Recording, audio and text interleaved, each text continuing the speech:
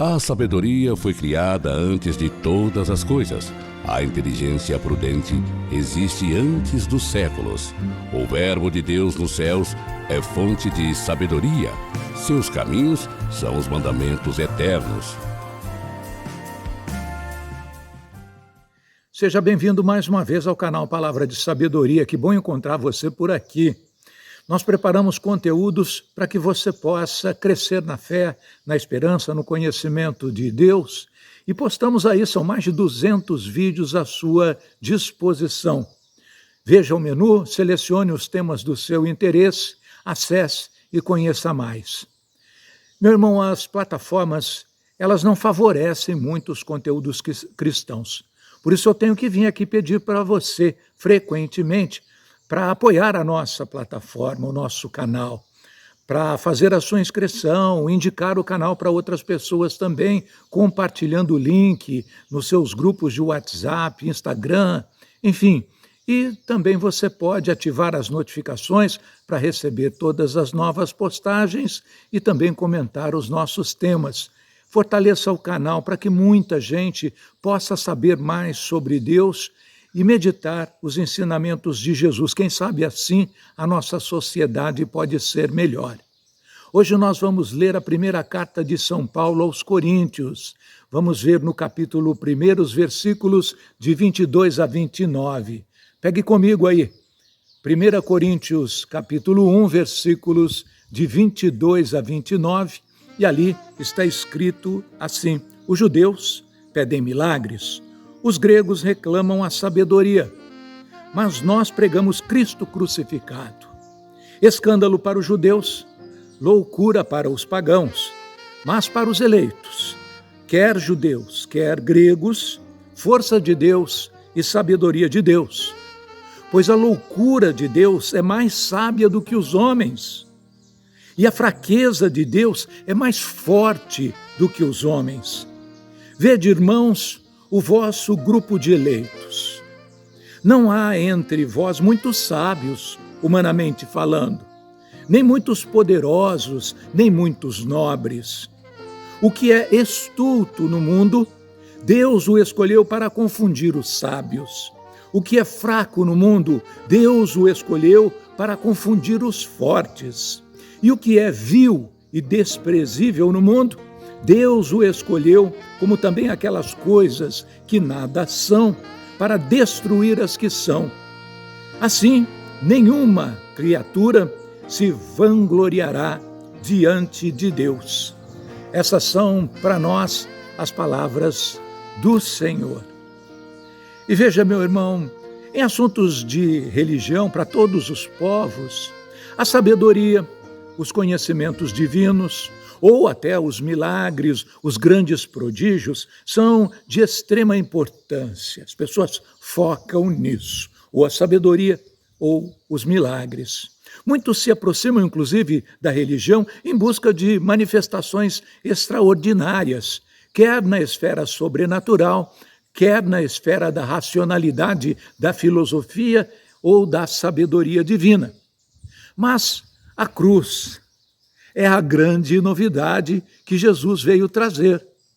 Ela é a portentosa e extraordinária manifestação de Deus, que fere de morte toda a racionalidade, toda a intelectualidade e surpreende, com a morte e ressurreição de Jesus, todos os pretensos e possíveis milagres e prodígios que os homens possam esperar, imaginar ou conceber. Supere muito. Jesus, Deus crucificado, é a manifestação grandiosa da loucura de um Deus que é capaz de ir até as últimas consequências para a sua e também para a minha salvação do mundo, para que as pessoas saiam das ilusões, das mentiras e da escravidão dessa vida. O sacrifício do cordeiro imolado, do Cordeiro de Deus, calou a boca dos infames, dos sábios conforme esse mundo, os homens doutos dessa terra.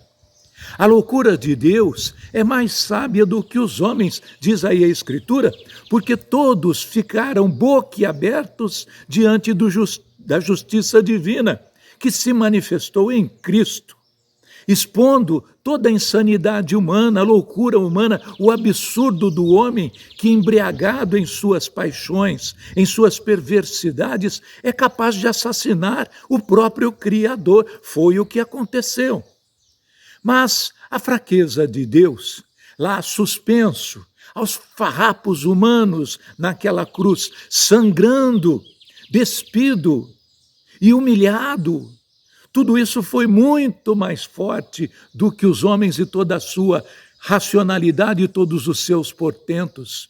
Apesar dessa manifestação gigantesca do amor e do poder divino, apesar desse evento que rasgou a história em duas grandes eras, a insanidade, o orgulho e a estupidez do homem permanecem até os dias de hoje, infelizmente.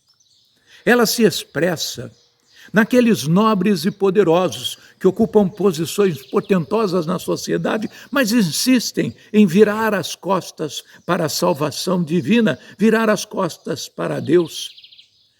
Essa insanidade se manifesta nos governantes, os intelectuais, as autoridades de todos os níveis, que tratam com indiferença a verdade do Salvador e seus ensinamentos, tentam suprimi-la, sufocá-la, escondê-la do mundo e de toda a sociedade. Inventam mentiras, desculpas esfarrapadas para justificar a sua insubordinação e rebeldia contra Deus. Seus propósitos e desígnios perversos tentam desesperadamente promover e fazer prosperar um modelo de sociedade falido que eles estão lutando para estabelecer, ao invés de buscar como fundamento a cruz bendita do Salvador, as suas ideias e as suas palavras. Por isso, meu irmão, São Paulo, nessa carta, enfatiza para todos nós cristãos, aqueles daquela época e nós também nos dias de hoje. Ele diz: vede, irmãos, o vosso grupo de eleitos. Não há entre vós, aí na sua comunidade, no seu grupo de oração, na sua congregação mariana, não existem muitos sábios, humanamente falando, e nem muitos poderosos, nem muitos nobres. Às vezes eles não comparecem. Para muitas pessoas de nossos tempos, eles pensam que a igreja é o lugar dos carolas, das senhorinhas idosas, dos beatos, sejam eles jovens ou adultos, idosos. Muitos vão até o extremo de dizer que são pessoas fracassadas, sem objetivo na vida. Mas essas pessoas entendem muito pouco de Deus e entendem muito do que o mundo diz e ensina. Mas eles não podem compreender essa sabedoria paradoxal e grandiosa do nosso Deus que escolhe os humildes. Deus é infinitamente mais sábio do que os nossos mais vãos, inconsequentes e infames pensamentos e ideias. E Ele age de forma extraordinária. A nossa minúscula, infame inteligência jamais ousaria imaginar a forma como Deus está agindo, mas é isso que está acontecendo bem diante dos nossos olhos. Pessoas simples, humildes, pobres, honestas e devotas são exatamente aquelas que Deus está escolhendo para encher de vergonha todas as criaturas que querem se vangloriar em seus pensamentos, em suas posições e atitudes e desprezam o Altíssimo. Por isso, São Paulo deixa claro para todos nós e em todos os tempos o que é estulto no mundo. Deus o escolheu para confundir os sábios, o que é fraco no mundo. Deus o escolheu para confundir os fortes, e o que é vil e desprezível no mundo, Deus o escolheu, como também aquelas coisas que nada são, para destruir os arrogantes, os grandiosos e os soberbos. Vamos fazer agora a nossa oração. Senhor, nós somos uma geração rebelde e arrogante. Nós somos preconceituosos, cheios de si, e não ousamos sequer ouvir ou refletir sobre as verdades divinas, Às vezes já temos estabelecidas as nossas ideias e não queremos aprender e nos humilhar. Ao contrário, nós estamos vendo gerações, povos, nações inteiras, Senhor, marchando freneticamente na construção de um mundo sem Deus, insistindo em colocar como fundamento coisas frágeis e inconsistentes de uma cultura paganizada e blasfema.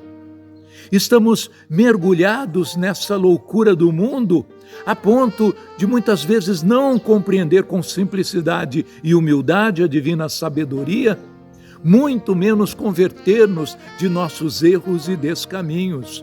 Por isso nós pedimos: vem em nosso socorro, Senhor.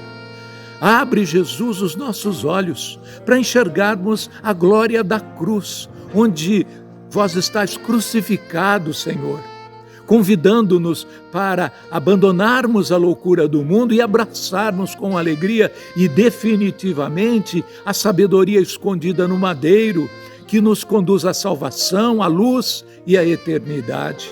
Não permita, Senhor, que a nossa filiação divina seja jogada fora, seja trocada por míseros divertimentos e ilusões que são oferecidas pelo mal nessa vida temporária. Arrasta-nos, Senhor, pelo poder da vossa ressurreição para uma vida nova e transformada.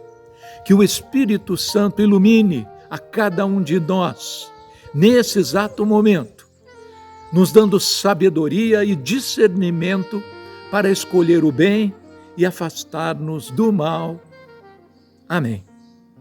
Em nome do Pai, do Filho e do Espírito Santo. Até o nosso próximo encontro.